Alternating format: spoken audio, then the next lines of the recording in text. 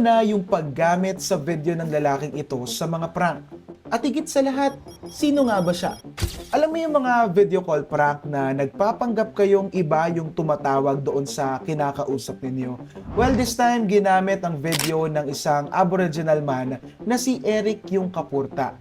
At hindi ito nakakatawa. So, sino nga ba si Eric?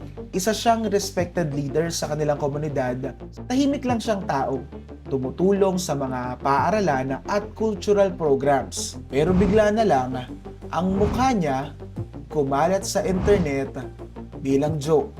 Ang twist, ginagamit siya sa prank na parang scary o weird na tumatawag sa mga tao. At obviously, ang stereotype dito ay super offensive. Maraming First Nation content creators ang nag-react.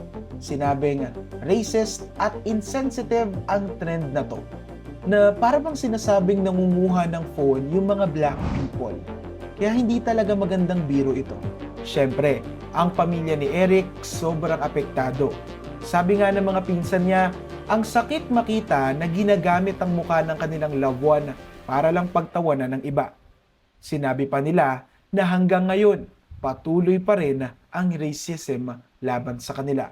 So anong take natin dito? Simple lang, respect.